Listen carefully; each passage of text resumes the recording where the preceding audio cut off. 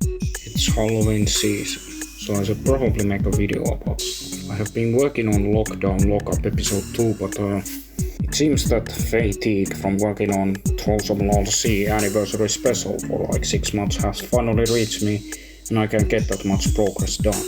So until that video drops, I'm going to give you another treat.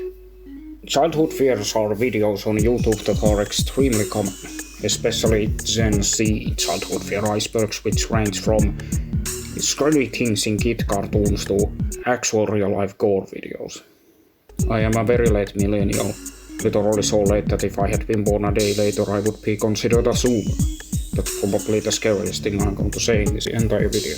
But anyways, because of that and the fact I am from Finland, my childhood fears tend to be from the more obscure side. I mainly will be touching on media-related fears, because if I started talking about real-life childhood fears, it would be depressing. So yeah, here is some stuff that scared me, or at least unnerved me as a kid, that no other YouTuber has talked about to my knowledge.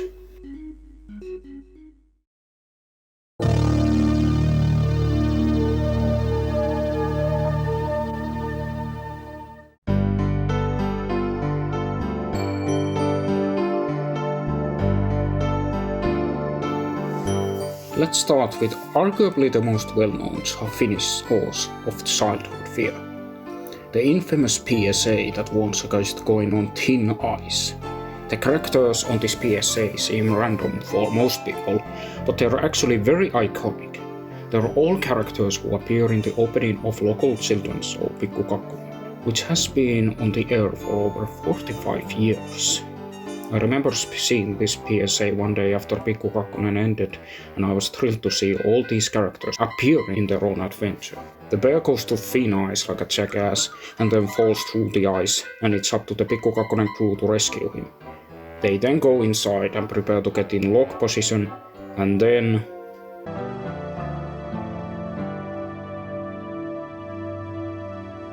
Varokaa heikkoa jäätä. Yeah, that part made many of us cry as kids. The deep demonic voice that comes out of nowhere. After that, anytime this PSA came on TV, I wanted it to be turned off, because of that last minute scare. While this PSA is often discussed, I do think that part of what makes this scary is the familiarity we have with these characters. The only animation we've seen these characters in, until this point, are the opening and closing logos of Pikku Kakkonen, so them getting a PSA venture is surprising. Now there were 2 versions of this PSA, one made in 1986 and another made in 1996. These 2 versions not only have different versions of the soundtrack, but also the ending voice is different.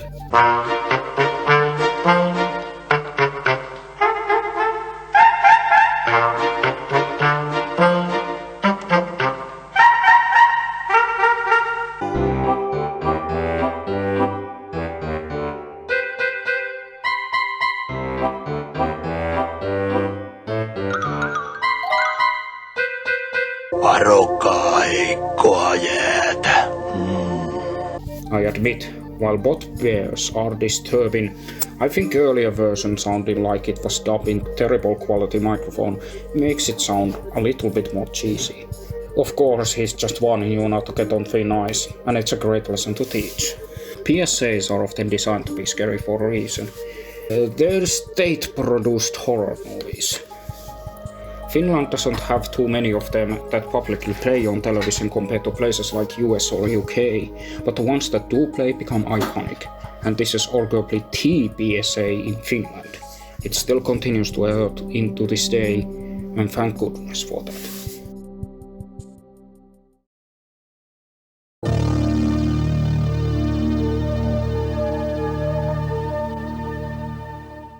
Theme parks are my comfort places. Even if they are loud, nauseating, overpriced, and full of bratty children, I still try to visit at least one each year. I often have dreams about fun fairs and theme parks, and they are often comforting.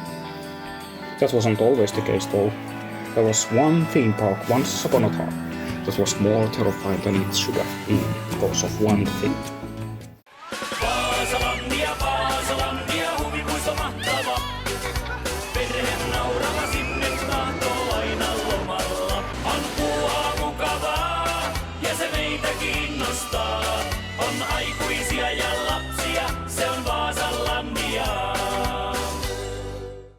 Vasalandia was an amusement park active from 1988 to 2015. It was just 75 miles away from my home, so it was the closest amusement park. I had a privilege to visit Waterpark first around 2001. Vasalandia was a fun park, very well themed, and visiting this park helped to boost my lifelong theme park enthusiasm. Unfortunately, this place would also host my biggest childhood trauma. Vasalandia was home to an unique ghost house attraction, and to lure the intrigued visitors in, there was a massive sign in front of the ride, much like any dark ride in the world, tracks or not. Even worse than that, it was situated right next to the children's rides. So imagine you're about to go into the bootleg Disney mascots ride, and you look up and you see this.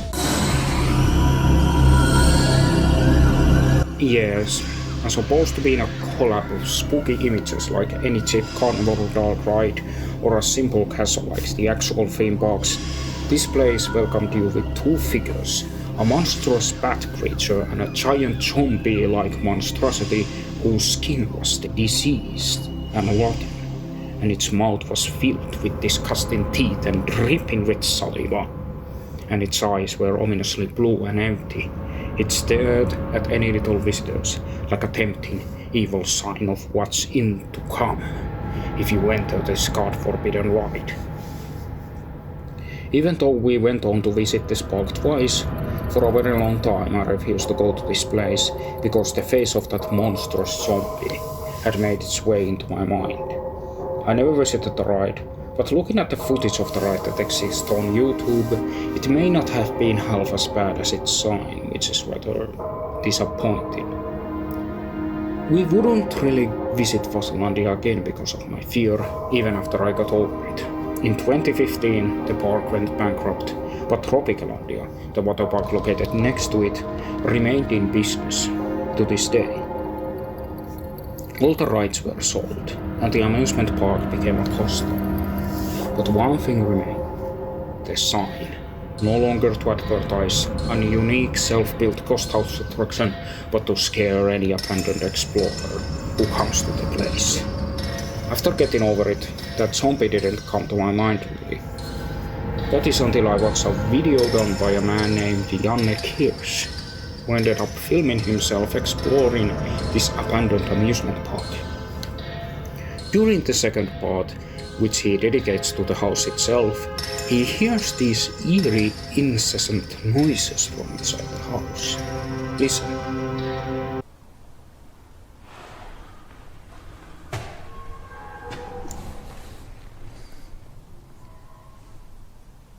Creepy.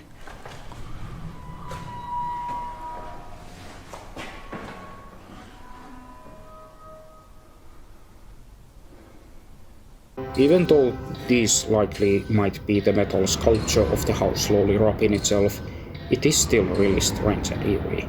If you watch when he's outside, there's barely enough wind to trigger such noises. After Vasalandia closed, it briefly became a place of artistic expression, known as Graffitilandia, and then after that, the abandoned park was destroyed earlier this year, including the zombie. It kind of makes me sad in retrospect. I strongly believe that all works of art should be preserved, and this zombie was art, and it even received respect in Graffitilandia as nobody ever painted over it.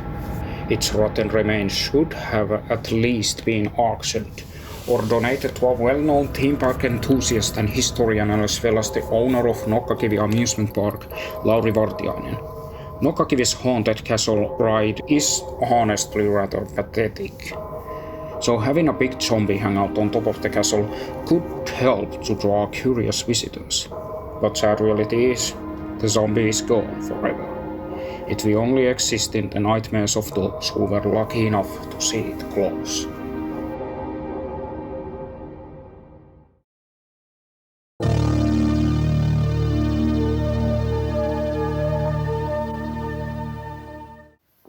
This next part will be shared between two series, Alfie Atkins and Little Ghost Lavan.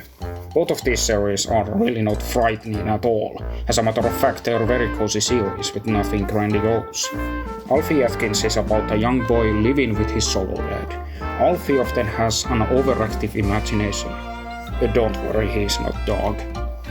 Alfie does sometimes make mistakes though, and this is the case with an episode called The Beast and Alfie Atkins. After punching a kid during a tense football match, Alfie feels intense guilt, and this is manifested in the form of this black creature under his bed. The creature thankfully disappears after Alfie tries to make up for his mistake. The fact that this creature just sits there and never does anything, it just stares to the camera, helps to make this episode rather creepy to my younger self. But the moral is pretty much well executed. Then we get to the little ghost named Lapa. This whole series is just extremely cute, with nothing wrong with it aside from rather blocky animation, but hey, it was the standard at the time. Then in one episode we get Vifsting, a blinking painting. Yes, I know it may seem silly now, but the lack of any sound combined with the stone-faced appearance of the painting frightened me as a child. It doesn't help that the painting speaks in a spooky voice. The painting works as a secret tunnel to some place. I forgot really what it was. There is a lot of coziness in these old animations, so when they go out of their way to depict something that is supposed to be scary, it can be off-putting.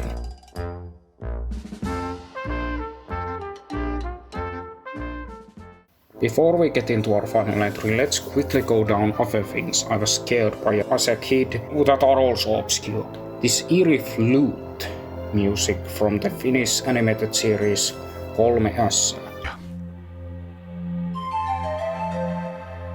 Vinskite Sphinx from Galilee. Pahainen tiski, päiväsi ovat luetut. Medusa from DKI ja Witnesses episode on monsters. And of course, something went down the screen. It went out. F***ing shit! What?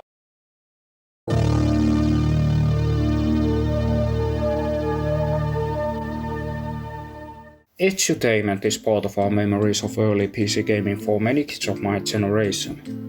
For me, I had many sources of edutainment. You had the giants like Jumpstart and Richard Scarry, you had Hugo, Petson and Findus, and Moomins with their own forays into edutainment. Then you had local games that were mostly produced in Sweden, such obscure gems like Space Adventure, Deep Water Adventure, Gilbert and the Chemistical Island. I could go on and on. Now, we don't expect edutainment games to be that scary, right? Well, I didn't really get scared at all outside of the swarm of mosquitoes that appeared in this one farm game, but I was scared of mosquitoes in real life too. What many people consider the most frightening edutainment game, Jumpstart 4th Grade Haunted Island, was never released in Finland. Forestia was though, but I never got my hands on it, but I imagine I would have been scared shitless of the infamous nightmare sequence. But instead I had something else.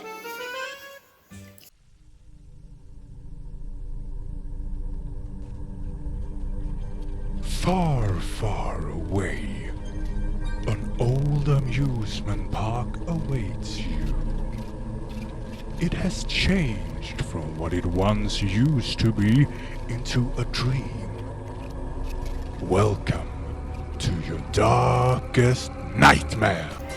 Just the Greatest Little Ghost is an edutainment game, and I use the term very loosely. Released by Idol FX. Yes, the same minds behind Drake of the 99 Dragons.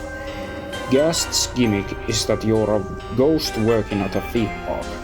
One day while you're on your break, the magical clock tower that is the source of laughter in the park is stopped by an evil clown named Beelzebub. Beelzebub has turned the bright and happy park into a kingdom of hate, filled with many fist-dastardly minions. It's up to you to drive away all of Clown's minions and collect magic stars, which can be used to enter the final showdown with the clown. When you start the game, the very first thing you encounter is